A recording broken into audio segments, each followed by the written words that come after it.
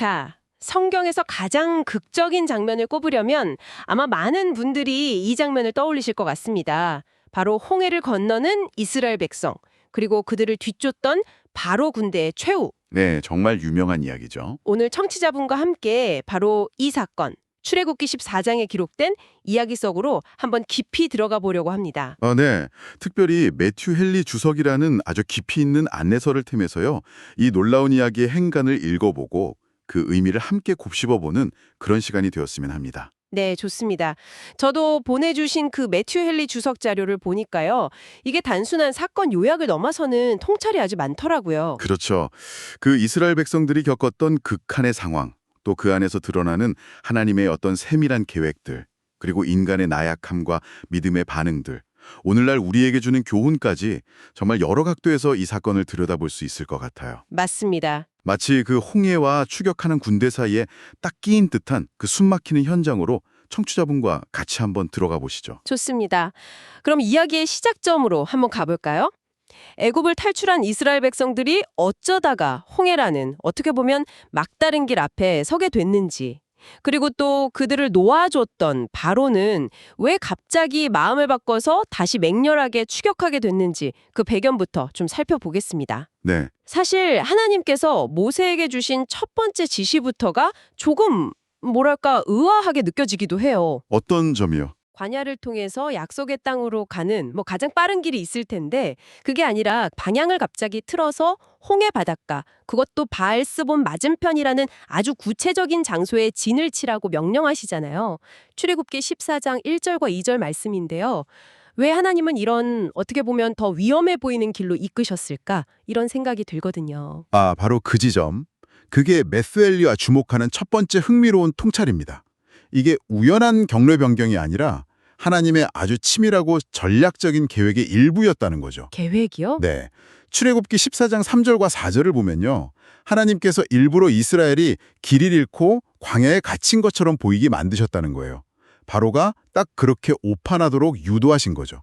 바로가 속도록요? 그렇죠. 바로의 그 교만한 마음을 자극해서 그를 홍해까지 끌어들이고 결국 그곳에서 그를 심판하심으로써 당신의 영광을 드러내시려는 그런 큰 그림이 있었던 겁니다. 와, 헨리는 여기서 중요한 점을 짚어내는데요.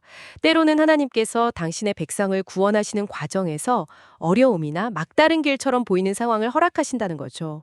그리고 바로 그 어려움을 통해서 더 큰 구원의 역사를 이루시고 영광 받으신다는 사실입니다. 그러니까 위기가 오히려 기회가 되는 거네요. 맞습니다. 심지어 적의 오만함이나 악한 계획조차도 하나님의 더 큰 섭리 안에서는 그분의 뜻을 이루는 도구가 될 수 있다는 점이 참 놀랍죠. 정말 바로는 하나님의 의도하신 대로 딱 움직이네요.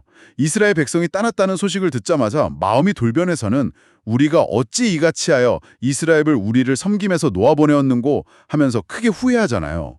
출애굽기 14장 5절인데 그냥 값싼 노동력을 잃었다는 아쉬움을 넘어서는 뭐가 더 깊은 분노 같은 게 느껴져요. 네, 맞아요. 헨리의 분석을 보면 이 분노가 단순히 경제적 손실 때문만은 아니라는 겁니다. 그 교만한 압제자가 속박했던 이들이 자유를 얻어서 당당하게 나아가는 모습을 볼 때 느끼는 어떤 본능적인 불쾌감, 시기심 이런 것들이 크게 작용했다는 거죠. 그런 심리도 있겠군요. 네. 그리고 또 10가지나 되는 그 끔찍한 재앙을 겪고 심지어 장자의 죽음이라는 그런 국가적인 슬픔까지 겪었으면서도 너무나 빨리 그 교훈을 잊어버리고 다시 마음이 완악해지는 바로의 모습을 헨리는 지적합니다. 정말 금방 있네요. 그렇죠. 그는 결국 자신의 분노와 복수심이라는 감정에 눈이 멀어서 하나님께서 파놓으신 멸망의 길로 스스로 막 달려들어가는 셈이에요. 출애굽기 14장 6절부터 9절 보면 정예 부대까지 총동원해서 아주 맹렬하게 추격하죠. 네. 이스라엘은 분명 담대하게 나아갔다고 성경은 기록하지만 마치 사탄이 하나님의 백성을 쉽게 포기하지 않듯이 바로 역시 마지막 발악처럼 그들을 뒤쫓는 겁니다. 상상만 해도 정말 끔찍한 상황입니다. 뒤에서는 막 먼지를 일으키면서 애굽의 최정예의 병거 부대가 쫓아오고 앞에는 건널 수 없는 거대한 홍해가 딱 가로막고 있고요. 이 절체절명의 순간에 이스라엘 백성들은 그야말로 극심한 두려움에 사로잡힙니다. 출애굽기 14장 10절에 심히 두려워하여 라고 표현되어 있죠. 네. 그들이 비록 수는 많았지만 제대로 된 무기도 없고 군사 훈련도 받지 못한 뭐랄까 오합지졸이었으니까요. 그 공포는 정말 이로 말할 수 없었을 거예요. 네, 맞습니다. 헨리는 이 극한의 공포가 이스라엘 백성들에게서 두 가지의 아주 상반된 반응을 끌어냈다고 분석해요. 두 가지 반응이요? 네, 하나는 하나님께 부르짖는 기도였습니다. 물론 이건 실현 앞에서 인간이 취할 수 있는 바람직한 반응이죠. 고통이 우리를 겸손하게 하고 하나님을 찾게 만드니까요. 네. 그런데 동시에 그들은 지도자인 모세를 향해서 아주 격렬한 원망과 불평을 쏟아냅니다. 아, 원망이요? 네, 출애굽기 14장 11절과 12절을 보면요. 뭐 애굽에 매장지가 없어서 당신이 우리를 이끌어내어 이 광야에서 죽게 하느냐. 이러면서 심지어는 우리를 내버려두라. 우리가 애굽 사람을 섬길 것이라 하지 아니하더냐. 애굽 사람을 섬기는 것이 광야에서 죽는 것보다 낫겠노라고까지 말해요. 와, 그렇게까지요? 노예 상태가 더 낫다고요? 그렇죠. 불과 얼마 전까지 불기둥, 구름기둥으로 인도하시던 그 하나님의 놀라운 능력을 목격했음에도 불구하고 눈앞의 위기 앞에서 그 모든 걸 순식간에 잊어버리고 차라리 과거의 노예 상태가 더 나았다면서 불신앙을 드러내는 겁니다. 참, 안타깝네요. 네. 메추엘리는 이것이 이스라엘 백성이 광야에서 하나님을 시험했던 10번의 반역 중에 첫 번째 사건이라고 지적합니다. 자유를 향한 그 위대한 여정의 첫걸음부터 이런 나약한 모습을 보였다는 점이 참 그렇죠. 백성들의 이런 거센 원망과 불평 속에서도 모세의 반응은 정말 놀라워요. 그는 당황하거나 백성들을 막 꾸짖지 않고 오히려 놀라울 정도로 침착하고 확신에 찬 믿음의 언어를 선포하거든요. 맞아요. 출애굽기 14장 13절과 14절인데요. 너희는 두려워하지 말고 가만히 서서 여호와께서 오늘 너희를 위하여 행하시는 구원을 보라. 여호와께서 너희를 위하여 싸우시리니 너희는 가만히 있을지니라. 여기서 모세가 외친 가만히 있으라는 말의 의미가 특히 중요해 보여요. 그냥 수동적으로 있으라는 뜻은 아닐 것 같거든요. 정확합니다. 매튜 헨리는 가만히 있으라는 이 명령이 결코 아무것도 하지 말고 넋놓고 있으라는 의미가 아니라고 강조해요. 오히려 그 반대죠. 오히려 반대라고요? 네, 당황해서 스스로 싸우려고 하거나 공포에 질려서 우왕좌왕 도망치려 하지 말고 마음의 평정심을 유지하라는 겁니다. 그리고 하나님께서 이제 어떻게 일하실 것인지 잠잠히 그러나 기대감을 가지고 지켜보라는 그런 깊은 요청이라는 거죠. 아, 그냥 기다리는 게 아니라 믿음으로 지켜보라는 거군요. 그렇죠. 극심한 불안과 공포 속에서도 하나님을 향한 믿음과 소망의 끈을 놓지 않고 그분의 시간과 방법을 신뢰하며 기다리라는 아주 적극적인 믿음의 자세를 요구하는 말입니다. 헨리는 이 대목에서 이사야서 30장 15절 말씀 너희가 돌이켜 조용히 있어야 구원을 얻을 것이요 잠잠하고 신뢰하여야 힘을 얻을 것이오늘 이 말씀을 연결하면서 잠잠히 하나님을 신뢰하는 것이야말로 진정한 힘과 구원을 얻는 길임을 보여준다고 설명합니다. 그런데 바로 다음 구절 출애굽기 14장 15절에서 하나님께서 모세에게 너는 어찌하여 내게 부르짖느냐 이렇게 말씀하시는 장면이 나오잖아요. 이건 좀 이상해요. 백성들은 원망하고 있는데 그럼 모세는 뒤에서 홀로 하나님께 간절히 부르짖고 있었던 걸까요? 그런데 왜 하나님은 마치 기도를 꾸짖는 것처럼 말씀하셨을까요? 그 부분. 이 부분에 대한 헨리의 해석이 또 흥미롭습니다. 하나님께서 모세의 기도를 책망하시는 게 아니라는 거예요. 아, 그런 게 아니고요? 네, 오히려 그의 기도가 이미 하나님께 상달되었고 응답받았음을 알려주시면서 이제는 더 이상 부르짖기만 할 때가 아니라 믿음으로 행동할 때임을 촉구하시는 말씀이라는 거죠. 아하, 때가 되었다는 거군요. 그렇죠. 왜 아직도 기도만 하고 있느냐? 이제 내가 지시할 테니 백성들을 이끌고 앞으로 나아가라. 약간 이런 명령으로 해석할 수 있습니다. 모든 일에는 기도할 때가 있고 또 믿음으로 발을 내디뎌야 할 때가 있다는 것을 보여주는 대목이죠. 그리고 이어지는 하나님의 명령은 정말 상상을 초월합니다. 이스라엘 자손에게 명령하여 앞으로 나아가게 하고 출애굽기 14장 15절이죠. 아니, 앞에는 시퍼런 홍해가 넘실거리고 있는데 그 바다를 향해서 나아가라니요. 이건 정말 믿기 힘든 명령 아닌가요? 이것이 바로 헨리가 강조하는 믿음의 행보입니다. 인간의 이성으로는 도저히 불가능해 보이는 상황 앞에서 오직 하나님의 명령만을 신뢰하고 순종하여 발을 내딛는 것. 그것이 성경이 말하는 믿음의 본질이라는 거죠. 네. 하나님께서는 이어서 모세에게 지팡이를 손에 들고 바다 위로 내밀어서 물을 갈라지게 하라고 구체적인 지시를 내리십니다. 출애굽기 14장 16절이죠. 동시에 바로와 그의 군대의 마음을 더욱 완악하게 만들어서 그들이 그 갈라진 바닷길로 이스라엘을 따라 들어오게 만드시겠다는 계획도 밝히세요. 17절, 18절인데요. 와, 애굽 군대까지 끌어들이시는 거네요. 네, 헨리는 이 대목에서 하나님의 두 가지 중요한 속성이 드러난다고 봅니다. 첫째는 이스라엘을 구원하실 뿐 아니라 동시에 애굽 군대를 심판하심으로써 당신의 영광을 얻으시겠다는 하나님의 주권적인 계획이고요. 네. 둘째는 내가 바로와 그의 모든 군대와 그의 병거와 마병으로 말미암아 영광을 얻으리니 애굽 사람들이 나를 여호와인 줄 알리라는 말씀에서 드러나는 하나님의 공의 그리고 궁극적인 통치입니다. 이 모든 일을 행하시는 분은 바로 나 여호와임을 분명히 선포하시는 거죠. 그리고 바로 그때 그 정말 유명한 장면이 펼쳐지죠. 이스라엘 진영 앞에서 그들을 인도하던 하나님의 사자, 그러니까 구름기둥과 불기둥이 그들의 뒤로 싹 옮겨가서 애굽 군대와 이스라엘 진영 사이를 가로막는 장면이요. 출애굽기 14장 19절 20절인데 정말 영화 같아요. 네, 맞아요. 헨리는 이 구름기둥과 불기둥의 역할 변화를 아주 상징적으로 해석합니다. 이 기둥이 이스라엘 백성에게는 밤새도록 길을 밝혀주는 환한 빛, 그리고 보호막이 되었지만 추격해오는 애굽 군대에게는 한 치 앞도 분간할 수 없는 짙은 어둠과 혼란 그 자체가 되었다는 거죠. 빛과 어둠이네요, 완전히. 그렇죠. 이것은 하나님의 말씀과 그분의 섭리가 어떤 사람에게는 생명을 주는 구원의 빛이 되지만 그것을 거역하고 대적하는 자들에게는 심판과 멸망의 어둠이 될 수 있음을 아주 극명하게 보여준다는 겁니다. 헨리는 마치 하나님께서 태초에 빛과 어둠을 나누셨던 것처럼 여기서도 당신의 백성과 그 대적들 사이에 분명한 경계선을 그으시는 모습을 보여준다고 설명합니다. 드디어 출애굽기 14장 21절입니다. 모세가 하나님의 명령대로 바다 위로 손을 내밉니다. 그러자 여호와께서 큰 동풍을 밤새도록 불게 하셔서 바닷물을 물러가게 하시고 바다가 갈라져 마른 땅이 드러나는, 와, 정말 상상만 해도 전율이 흐르는 광경입니다. 네, 그렇죠. 이스라엘 백성들은 이제 좌우에 거대한 물벽이 서 있는 바다 한가운데 드러난 그 마른 땅을 걸어서 건너갑니다. 22절하고 29절에 나오죠. 헨리는 이 경험이 단순한 기적 체험을 넘어서 이스라엘 백성의 믿음을 시험하고 단련시키는 아주 중요한 과정이었다고 분석해요. 믿음을 단련시킨다고요? 네, 칠흑 같은 밤에 오직 앞서가는 불기둥의 빛에만 의지해서 두려움 속에서 바다 한가운데를 건너는 이 경험. 이게 그들로 하여금 전적으로 하나님만 의지하도록 만들었을 거라는 거죠. 이게 되었고요. 시편 같은 데서 자주 언급되죠.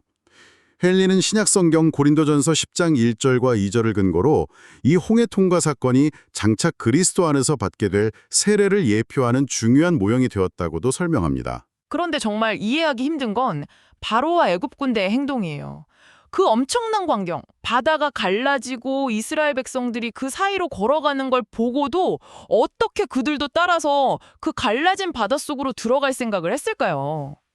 23절인데 제정신이 아닌 것 같아요. 매튜 헨리는 이걸 가리켜서 눈먼 자들의 대담함, 영어로는 blind boldness라고 아주 통념하게 지적합니다. 눈먼 자들의 대담함. 네, 이전의 수많은 재앙들을 통해서 하나님의 능력을 분명히 봤음에도 불구하고 이스라엘을 향한 분노와 교만한 마음 그리고 탐욕에 그냥 눈이 멀어버린 거예요. 이스라엘의 하나님이 저들을 위해 길을 열어주셨다면 우리 군대도 능히 건널 수 있지 않겠는가? 이렇게 착각한 거죠. 아, 그렇게 생각할 수도 있겠군요. 그렇죠. 헨리는 죄인의 멸망은 종종 이처럼 자신의 교만과 탐욕 때문에 스스로 파놓은 함정으로 달려들어가는 어리석음에서 비롯된다고 설명합니다. 그들은 하나님의 기적을 자신들의 추격을 위한 기회로 오판한 겁니다. 하지만 그들의 오판은 오래가지 못했습니다. 새벽녘에 여호와께서 불과 구름 기둥 가운데서 애굽 군대를 보시고 그들을 혼란에 빠뜨리시죠. 24절, 25절인데요. 그들의 병거바퀴가 벗겨지고 진흙에 빠져서 움직이기 어렵게 되자 그제야 애굽 사람들이 상황 파악하고 외칩니다. 이스라엘 앞에서 우리가 도망하자. 여호와가 그들을 위하여 싸워 애굽 사람을 치는도다. 하지만 때는 이미 늦었습니다. 헨리는 악인의 승리나 번영은 아주 잠시뿐이며 하나님께서는 종종 그들을 심판하시기 전에 먼저 극심한 공포와 절망을 겪게 하신다고 지적해요. 아, 심판 전에 공포를 먼저 겪게 하신다. 네, 이전까지 애국 군대가 이스라엘 백성에게 공포의 대상이었지만 이제 상황이 완전히 역전돼서 이스라엘의 하나님이 그들에게 두려움과 공포의 대상이 된 겁니다. 그들이 이스라엘을 두렵게 했던 바로 그 방식으로 이제 그들 자신이 하나님의 진노 앞에서 두려움에 떨게 된 것이죠. 이스라엘 백성들이 모두 안전하게 육지로 건너오자 하나님은 모세에게 다시 손을 내밀어서 물이 애국 군대 위로 다시 합쳐지게 하라고 명령하십니다. 모세가 그대로 행하니까 새벽이 되면서 바닷물이 다시 원래대로 흘렀고 도망치던 애국 군대는 꼼짝없이 물속에 수장되고 말죠. 26절부터 28절입니다.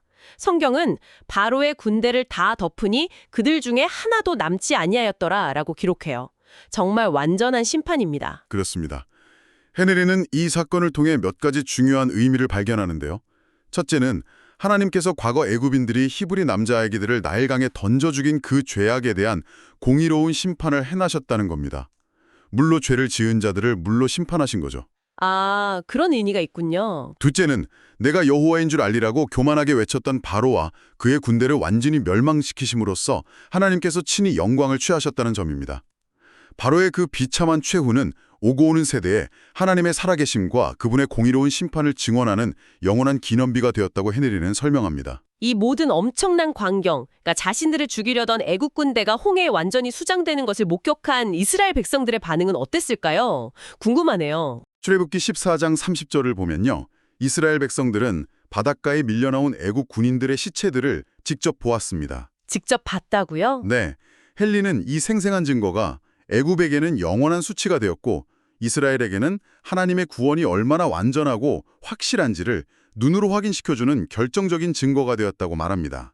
이전까지 원망과 불평을 쏟아내던 그들이 이 압도적인 구원의 증거 앞에서 마침내 변화되는 거죠. 네. 성경은 이렇게 기록합니다.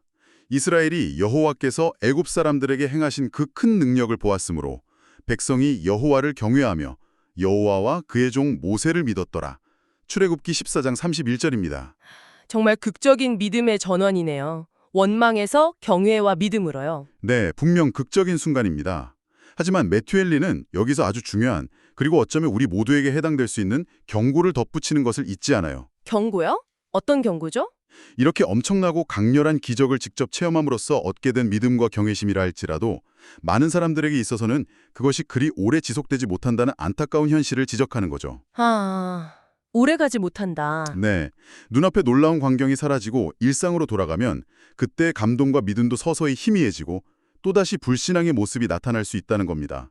이것은 이후 이스라엘 백성들의 광야 여정에서 계속해서 반복되는 패턴이기도 하고요. 그렇군요. 오늘 청취자분과 함께 매튜 헬리의 해설을 따라서 홍해 앞에서 벌어진 이 놀라운 사건을 정말 깊이 들여다보았습니다.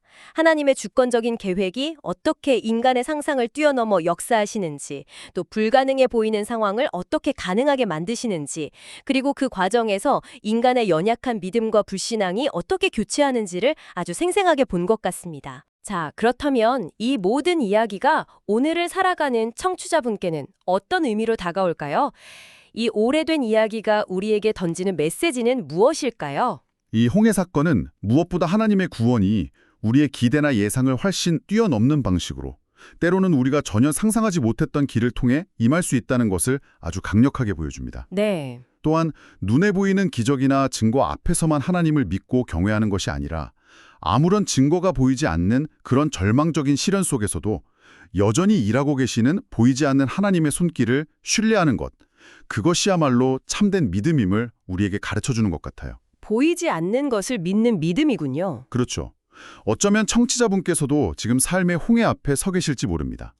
뒤에서는 포기하지 않고 추격해오는 바로의 군대와 같은 문제들, 걱정거리들이 나를 막 짓누르고 앞에는 도저히 건넬 수 없을 것 같은 거대한 장벽이 가로막고 있는 그런 상황일 수 있습니다. 네. 바로 그 자리에서 당장의 기적이나 해결책이 보이지 않더라도 여전히 나를 위해 싸우시고 길을 내시는 하나님을 신뢰할 수 있을지, 이 홍해 이야기는 우리 각자에게 깊은 질문을 던지고 있습니다. 눈으로 본 건 너머에 있는 것을 믿는 믿음, 그것이 오늘 이 이야기가 우리 마음에 남기는 가장 깊은 울림이 아닐까 싶습니다.